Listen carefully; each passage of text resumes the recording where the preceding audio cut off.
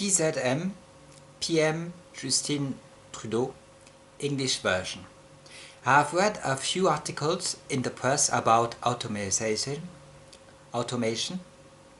and its effect on our future.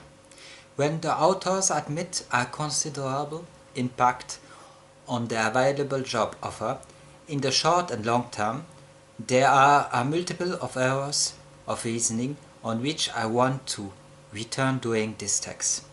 Let's begin with Canada and the program of Prime Minister Justin Trudeau, who have the merit of talking about automation, just like the Davos International Economic Forum, but without a viable, genuine solution. Even if I criticize the analysis of PM Justin Trudeau, I grant him the merit of being the only elected to speak about it. Everywhere else they pass it under silence. The strategy of Prime Minister Justin Trudeau and those of Canada is the follow-up. Funding for research and innovation, particularly artificial intelligence and quantum computing, and investing in education and training to deal with job suppression automation. That's the Trudeau strategy. Where is the error? You will certainly create some jobs. Computer scientists, programmers, researchers. But thanks to artificial intelligence and quantum computing, you will mostly push progress in terms of automation. This in turn will remove hundreds of thousands of jobs, even millions. Official statistics give the US a loss of up to 30% of jobs in automation over the next 15 years. That represents millions of jobs. And then the situation continues to worsen. Because automation, technological progress will not stop suddenly. Especially when Canada is currently investing heavily in research, artificial intelligence and automation.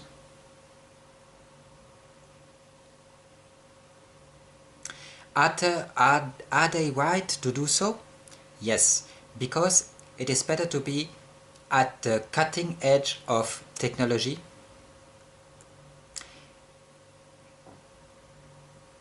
than to be surpassed, advanced by others.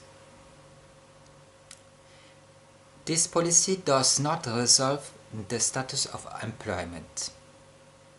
Under a resource economy as defined by the Zeitgeist movement, it is good news to engage in automation, because it frees jobs. Vendors, sellers, slaves will become free men, free from the constraint of work. But under our monetary system, this represents marasm, poverty, because unemployment will, with no real purchasing power, you are on the decline. Poverty and death awaits you. Automation does not just affect low-paying jobs in customer service, but also lawyers who are replaced by artificial intelligence or surgeons. In reality, no sector in the long term is without exception. All jobs are able to be replaced by artificial intelligence through automation, robots in the long term. Human beings under a resource-based economy will only carry out tasks of innovation, control and episodic assistance. Most of the work will be done by robots in all sectors without exception. But this is not so under our monetary system, under capitalism in force today. Do we need a new system, a resource-based economy? There are 100 million people unemployed in the USA out of 300, and 10 million unemployed in France out of 50 millions. What do you think? Especially when you know that the situation will drastically get worse.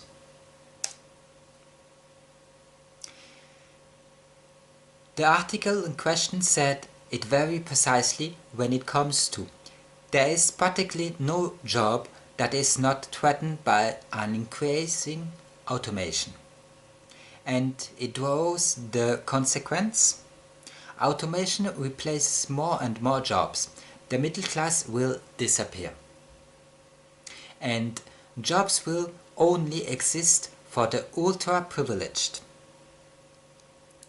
It is not a possibility, but an inescapable, assured fatal certainty.